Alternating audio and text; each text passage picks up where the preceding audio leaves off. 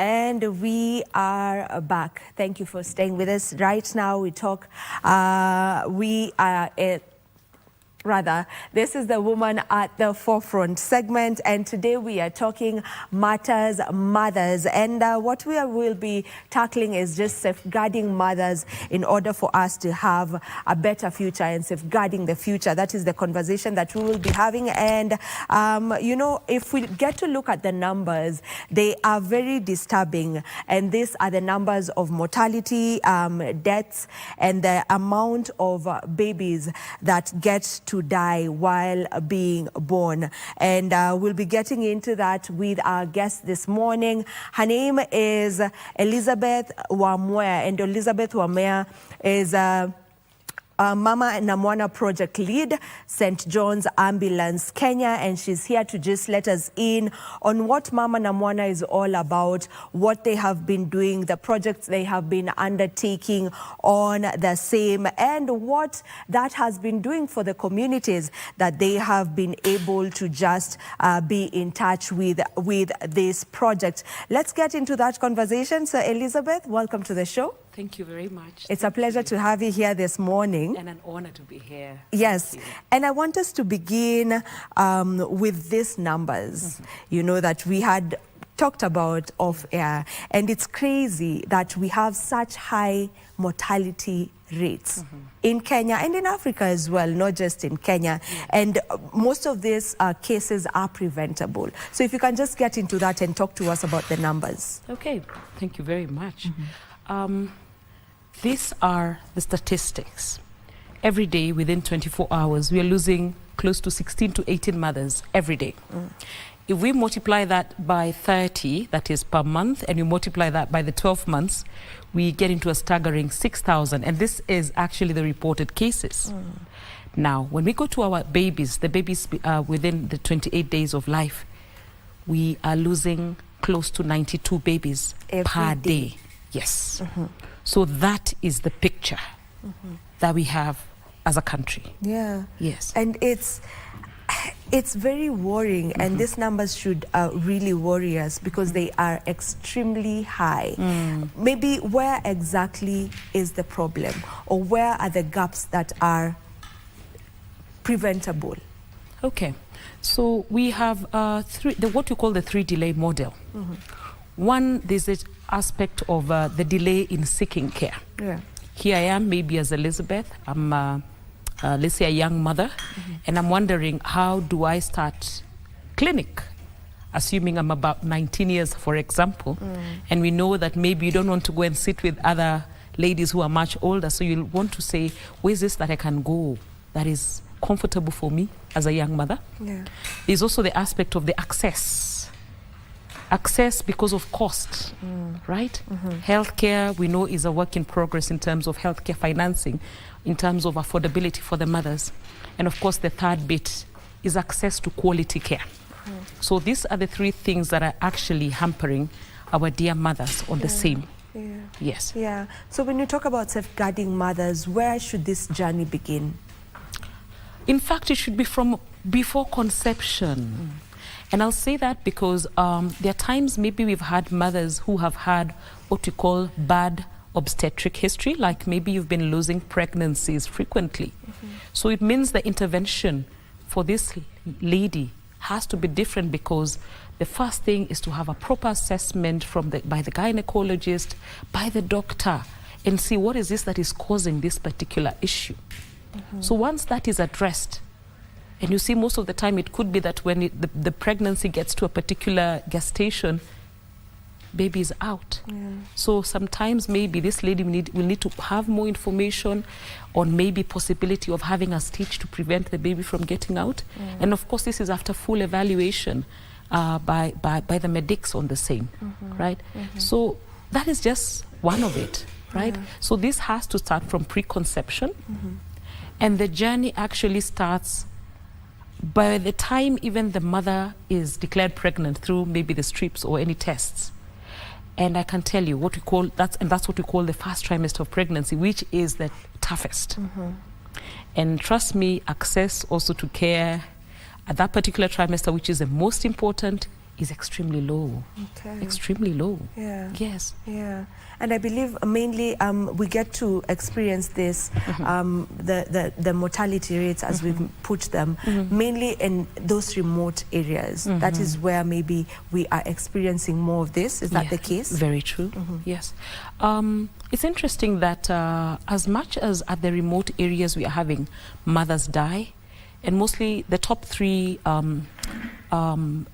bits that make our mothers die. One is hypertension in pregnancy. That it's just a menace, I can tell you, because you could be having a normal pregnancy within the first 6 months, 7, and maybe you're due within the next 2, and boop, the blood pressure goes up.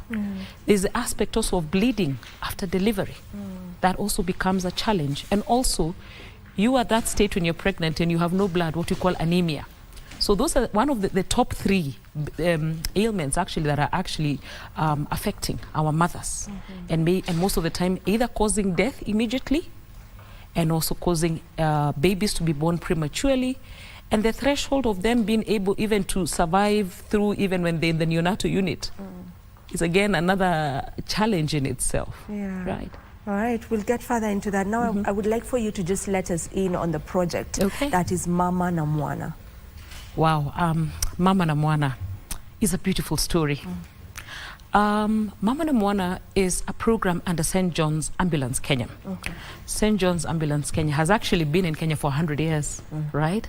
So there are 2 areas in St. John's that we look at. One, the aspect of training, evacuation.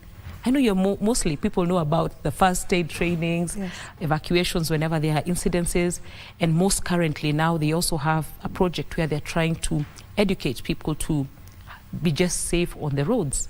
Then there's the other element of community, and community touches actually on the area around public health, and that's where now Mama Namana sits. So Mama Namana is not new in Africa because 10 years ago, they've been running in Zambia, Zimbabwe, Malawi, and Uganda. So in 2024, Kenya would be picked, and would be picked because of those figures. Now, it's very interesting. The model of Mama Namana is working with community health promoters.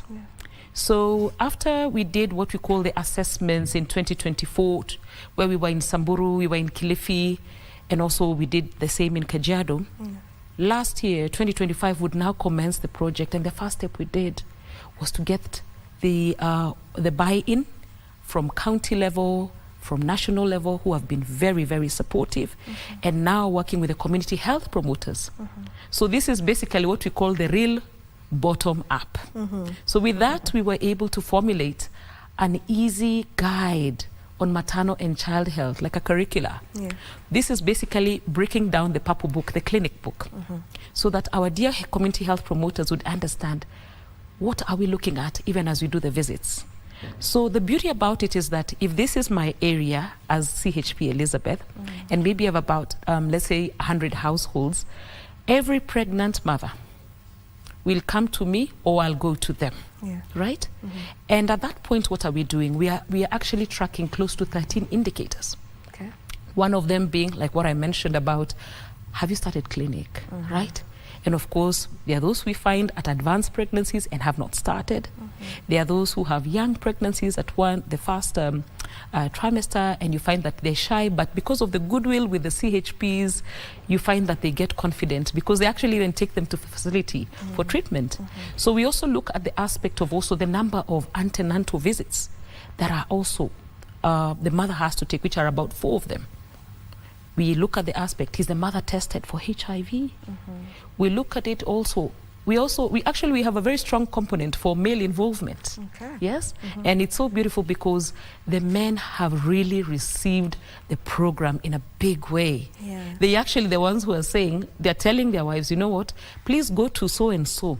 I can see they're doing a good thing because the CHPs come and not only to educate you as the mother, but they educate the entire family plus, or rather the husband or those who are in the households. So the husbands also have a role to play in all of this. You can say that again. I have a beautiful story about one of a situation that occurred. You know, when a mother is rhesus negative, there are 2 injections that she needs to get during her pregnancy, and they don't come cheap. Each is 7,000. So 2 of them is how much? 14. Yeah. Now, when the lady came to clinic and was brought by the CHP, the first thing she said, we cannot afford that. This is too expensive. So just to show you the role of the community health promoter, when the community health promoter went for the home visit and spoke to the husband and said, you know what, I know this is expensive. However, this is important so that we can ensure that mama and baby are safe and the baby is born nice and healthy. So also when you break it down to the lovely gentleman and they understand, this is what he said.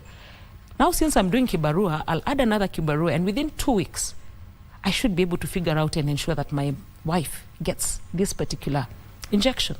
Fast forward, this particular baby was named after the community health promoter. Wow. And constantly speaks about the great information. What she thought was impossible was made possible by the husband.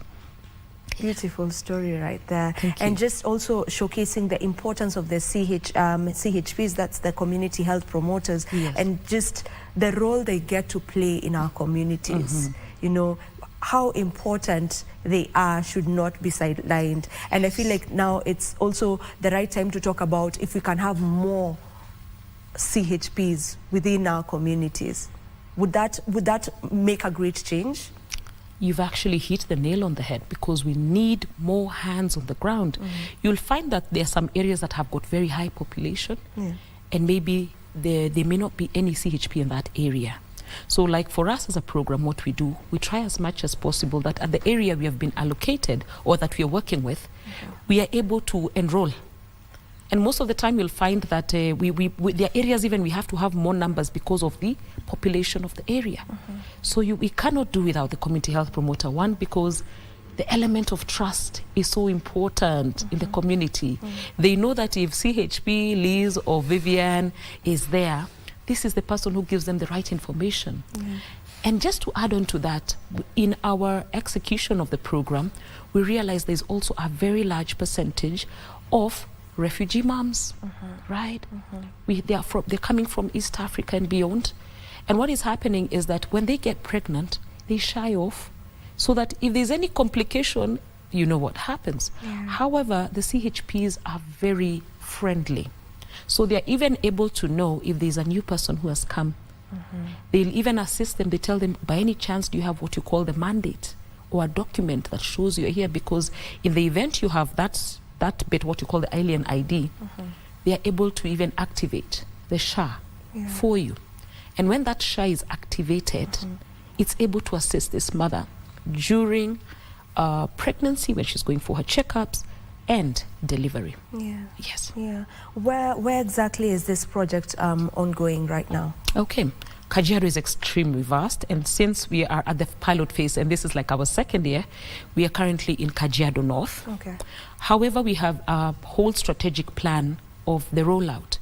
We hopefully, maybe by next year, we should be able to roll out now further beyond to an area called Magadi. Right now we're in Ongata, Rongai, Olekasasi area, Gataka, that area of Kajiado North.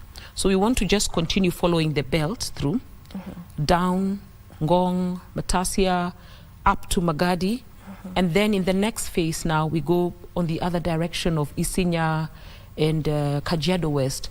The whole idea is that hopefully within 4 years, that county should be covered. And hopefully, if it's possible to replicate this in other counties, this actually would be a great game changer for itself. Yes. So you've been in Kajiado for the past 2 years? We'll be 2 years in December. Okay. Yes. Are there visible changes that you can speak of? Oh my goodness. Yes. You know, when we started off the program, and we deliberately work with the government facility, the sub-county hospital, which is level 4, already, of course, it has large numbers of mothers who come seeking antenatal care and delivery. However, the health center level, because of maybe a few resources that need to be put in place, you'll find that the mothers will not mostly go that direction. The inception of Mama Namana, working together with the community health promoters, actually, and I can tell you the county government has been extremely supportive. So that bit of creating awareness brought about flow to the other health centers. And what happened? More human resource was deployed. The laboratories were able to offer the tests, what you call the basic tests, and especially for antenatal and above. And also the people also developed a lot of confidence because the staff are equally extremely good and extremely kind and are able to assist the mothers. So the uptake of antenatal, I can say in one health center, they used to have about 20 per month. But as we speak, we are about over 100 plus per month. And I can tell you that one of the bits beyond the staff and everything was the introduction of POCUS. Yes. POCUS, it's ultrasound that is able, and it can be utilized by the nurse, by the clinic officer, right? And it's portable, and you're able to do proper scans on the pregnant mother, and you're able to tell if there's anything that is amiss or if the baby is well on the same. All right. Got you on that. Service above self is the conversation we are having this morning, mainly focusing on our mothers and just looking at ways in which we can be able to reduce the figures that are there that are very, very sad and daunting as well. So this is what we are talking about. And remember, you can be able to also be part and parcel of this conversation. The number is right there on your screens. If you've got any comment, any questions that you would love to ask on the same, the number is 0707 303 212. 0707 303 212. Get to talk to us, send us a message via WhatsApp, and I'll be reading through your messages as they come in. I want to get back to you, Elizabeth, and I want us to speak on the importance of the antenatal clinic. Just how important is that for an expectant mother? I can tell you on a scale of 1 to 10, I wish there was an 11 on that scale. It's extremely important. One, I'll use the statistics that we have from Mama Namana. Yes, please. The largest percentage of mothers, of pregnant mothers that we have, actually are within the bracket of about 18 to 21. Okay. So that means that there is a very large number of very young mothers. Yeah. And if you're a first-time mother, and assuming I'm 18 years old, right, I am not well informed that if I have that headache, I'll quickly go to the shop and get some paracetamol, right? That if I feel like maybe I'm dizzy, you may think maybe I had a long day, right? Yet, if we are able to ensure that these mothers, even before conception, are able to get information around pregnancy, that one, even it goes as granular as how do you know you're pregnant, right? Yeah. That they need to understand their cycle, right? Their ovulation days, safe days and all, right? What are the signs of pregnancy? What are the tests that you need to have to confirm you're pregnant, right? Yeah. So once you cross that bit, the next step is they need to know what do they need to do? One, assuming you came to the clinic at 5 months, maybe you're dressing in extremely tight attire. So we go as granular as speaking to you around, put on comfortable clothes. And nowadays, I mean, they're very nice, fashionable items that are around. Yeah. The other bit is we even go as granular as the nutrition. Remember, if Elizabeth was 18 years, maybe I used to do Indomie. And I'm good to go, right? Yeah. But now because we are dealing with Elizabeth and Elizabeth Small, it means that whatever I have to take in has to be balanced, meaning we need nutritional support on the same. Yeah. On the same breath, I can never overemphasize on the baseline tests. That if I don't know my blood group, you can imagine if Elizabeth is O negative, automatically it means that Elizabeth needs to organize herself in terms of getting the 2 injections, right? We also have to check what you call the hemoglobin level. At least for women, for ladies, we always have to ensure the HB is above 12. Yeah. So if I go and my HB is 6, it poses a very high risk. And at least if I go to clinic, the intervention can be done extremely early. The other test is HIV. In the event I go and test and maybe I'm HIV positive, there's medication I need to start early to ensure that my baby doesn't get sick, right? We go as granular as even testing for sexually transmitted infections and hepatitis B. So once you do the whole panel of tests, it gives you a baseline of how Elizabeth is.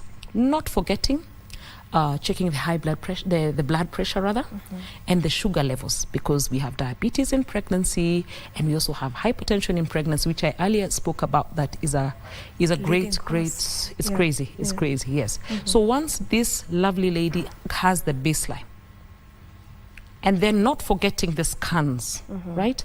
And scan is mostly to detect, is the fetus viable, right? Is there any abnormality that maybe we need to inform the mother in advance, right? Or you may be thinking you're carrying one baby and you have 5. So it means we need to prepare this particular lovely lady. And beyond that, there's the individual birth plan, where you now need to start having conversations around finance, right? We need to know by this time when you're due, right? How are you going to pay for your clinics, right? How are you going to make sure that you attend them, right? And in case you relocate to another area, because we've also realized a lot of young mothers are relocating to maybe their mom's places or family places for support. So support is extremely also important in ensuring that the mental health of our mothers is in place. And we'll talk about support as we also get to talk about, you know, post giving birth, so postpartum. We'll get to that bit as we continue with this conversation. But I still want to linger on, you know, the fact that some of these things you're mentioning seem very simple. It's like very normal and usual information, but it's critical to also note that it's not that for everyone. You know, the fact that you were mentioning something as simple as even just knowing, are you pregnant? Because for some of these mothers, they're really young mothers, as young as 18, and unfortunately sometimes even younger than 18. So it is very important to even speak about this very common and normal things that may seem normal to most of us, but is really crucial to that maybe young mother somewhere watching us right now, right? You agree with that? Very true. I agree with you. Maybe what would you say are some of the challenges that you get to encounter as you do this? Wow. The one thing that we've managed to pick in the program is that we need to be more on the ground. So like for us, we are on ground twice to thrice a week. We work together with the community health promoters. We do the visits, the home visits. So for us, what we do, because we have all the data, we are able also to have, we are guided by we have monthly meetings, like even a day like today, we have a meeting with the CHPs in the program. We also have a WhatsApp group with all the community health promoters. And this one helps us also to act real time in case there's anything arising. So number one, presence on the ground is very critical, because if today I may be visited and maybe we have what we call referral slips, right? We have some tools we use to collect data. So if today I was given a referral slip to start clinic, right? And the CHP comes again after 2 weeks and still finds I have not gone, right? You realize that sometimes the transition may be immediate, sometimes it may even take 3 to 4 minutes for 4 visits because of various reasons, right? So one, on-ground support is extremely important. Having the right information is extremely critical, and that's why we always have refresher courses for the entire for the program. We are also able to take our dear community health promoters through the tools that we use and the importance of data integrity and proper data entry, right? And of course, the monthly meetings also help us support them in a very big way, because whatever data we get is what helps us even to plan for a way of closing up on the gap, or if something is happening in a good way, we amplify it in itself. All right, so we've seen some of these projects that are almost similar, whereby, you know, you just go to these places, you go to the communities, down to the community levels, and just get to speak to mothers. But what would you say makes this particular project different, the Mama Namana project? What makes it different from every other project? Okay. One, it's all inclusive at a 360 degrees. From the community health promoter to the nurse in the facilities. And important to note is that even as much as we're working with the government facilities, we work very closely, like with around 18 other facilities that support mothers in the area. We also have the doctors and the specialists, maybe gynecologists who are in the facilities, right? So there's a lot of inclusivity in it, and you don't operate as a silo. So the aspect of having everyone in and not forgetting community leaders. We actually, as early as 2 weeks ago, we have forums where we sit in with the leaders. We have representation from people living with disabilities. We have the chiefs. We have Nyumba Kumi heads. We have Boda Boda Association heads from the region, taxi, from even Ngao, or rather the police and all. So such engagement is also what helps us to strengthen initiatives that will need also support, maybe from administrative perspective. And I know we'll come to that when we talk about IDs and all. And actually, let's just get into that. You know, you were letting me know earlier that we have, you know, mothers or women who don't even have their IDs. So meaning that they have not even registered for something like SHA. So the finance bit becomes an issue as well. If you can just get straight into that as well. Okay. I can tell you, long time I knew that where we have challenges of ID would be the interior places, right? But this particular program, in terms of where we are implementing at, we interact a lot with the facilities and have meetings. And so whenever we are doing, we're getting the feedback, we informed that the mothers are still having challenges to register with SHA. So we went granular to check what could be the issue. The first issue is, I mentioned about the refugee community, right? So because naturally, you know, God forbid if we ever go to any other country, but you'll come in very scared, right? So in the process, if you're supposed to get your documentation, you'll find you'll not get it, and in turn, you'll not even go to the clinic. So we realized a large number of the refugees did not have IDs.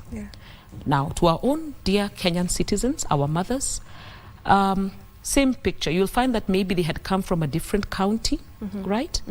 And they relocated and came to Kajiado maybe for work or so. So you'll find that since they didn't have an ID on that side, when they come here, you still continue. And it's interesting when the lovely mothers, you know, they're very, very open with us, and they say, Mzee ako na ID. So if Mzee has an ID with me, I'm okay, I'm good to go, right? So you can see the reason why we need to do a lot of sensitization and awareness on the same. So this has to be a constant conversation of which we have to bring in various stakeholders to implement on the same. Wow. Okay, so now as we get to finalize on this conversation, let's talk about the postnatal now, the postnatal care. And I understand that, you know, the first few weeks are very, very critical to mothers. Why is that so? Okay, I like using examples. So if Elizabeth today has delivered, of course, the necessary information will be put in. Assuming I delivered through cesarean section, there'll be instructions on the book to show discharged, you're on medication, right? And you need to come to clinic within 2 weeks. And not me alone, but me and baby. So using the example of Elizabeth, who's had a cesarean section. One, when the mother is being reviewed, you want to see, are they able to establish what we call lactation, right? Have they been able to ensure that the baby is well attached, latched, right? And that the baby is able to breastfeed well? Because there are two things that happen. Apart from you nourishing the baby, you're also helping the uterus to contract, and so that all the bleeding can just expel within a particular duration on the same. So beyond that also, that's the time also for the babies, they're able to also, for those who had not gotten what we call the BCG vaccine, they're able to get, because what happens, my dear, is if a baby was like quite underweight or was unwell, immunizations are delayed a bit, right?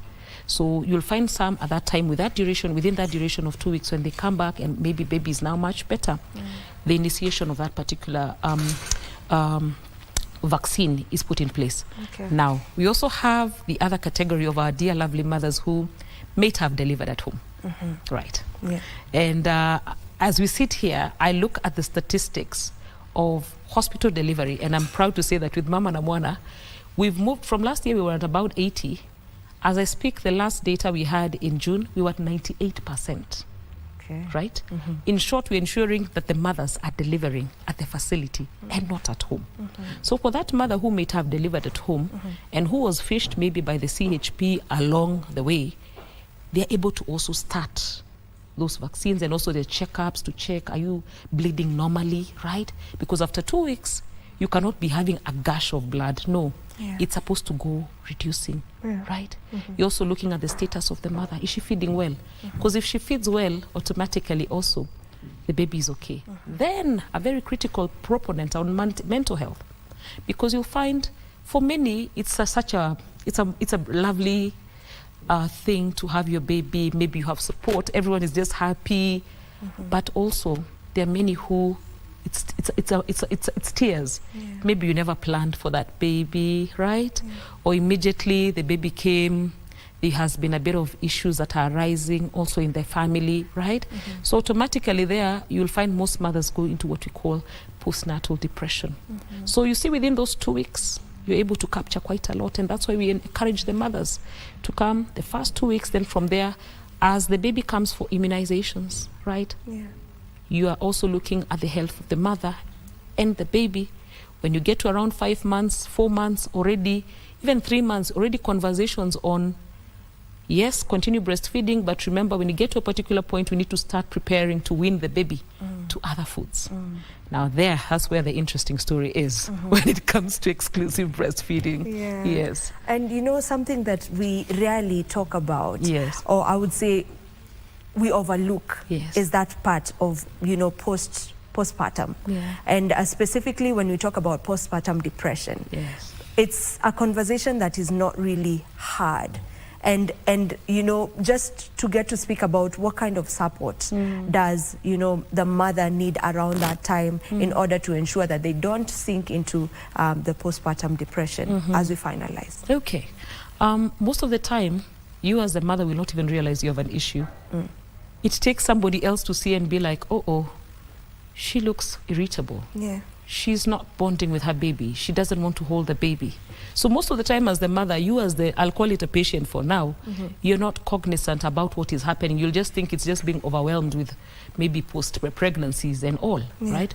So the aspect of also being in what we call like support groups, it could be even family, other members who are mothers before, and even in clinic, having those very good conversations in terms of health talks, which are able to tell you, oh, you're not sleeping well, there's an issue, right? You're having a feeling of worthlessness, right? You're looking at that baby and you're thinking, this is not what I need. You even feel like maybe throwing the baby over to the road or just leaving it, right? So you should be able to unpack those, I'll call them dangerous signs, and have those conversations. And within those conversations, you're able to know what is the cause. And as we've said, the causes are many. So with that, there are times mothers have to go into medication. Sometimes even you'll realize they decided to be heroes. They're the ones taking care of the baby. They're the ones washing the house. They're the ones tilling the farm. They're doing everything. And they didn't sleep at night. So that feeling of also getting so overwhelmed can also really mess you up. So we have to also normalize getting help as we get strength, and then we can continue with our other chores on the same. Okay. Yes. We need to put a cap to this conversation. So thank you so very much for just shedding light and for the work that you are doing with Mama Namana. What would be your final remarks? Okay. Last week we had what we call the Mama Fair. And I can tell you it was an extreme eye-opener. And this was a fair where we were reaching out to pregnant mothers specifically. We saw close to 840 mothers. And with that, we were able to offer free scans, free antenatal profiles, free consultation, name it, everything that you need to get. we had a large percentage of mothers who had not even started the clinic. So even just reassuring and telling them this is the right place and the right time. So this particular fair was a great eye-opener, and we realized we need to replicate similar things, not only where we are, but in other areas. Because I realized some people have got phobia even to go to the hospital. So sometimes when you meet them at their point, they are more comfortable, feel it's safe. So for us, it's a lot of learning. We were able to ensure that we had the registration of IDs on site. We were able to have the SHA people on site to ensure that there is that seamless transition. So I may say that for us, we need to continue to engage, especially healthcare workers, all of us collaboratively, and see how we can engage mothers and fathers, and mothers to be, furnish them with the correct information, create avenues of referrals where they can ask, right, and get the right information. So I would say, as Mama Namana, we look forward to just continuously supporting not only the mothers but the communities to be aware, and for us to prevent the deaths from our mothers and our babies. I agree with you on that, and thank you for the work that you are doing, and hence you are our woman at the forefront today. Thank you for joining us. Thank you. This is where we end this conversation.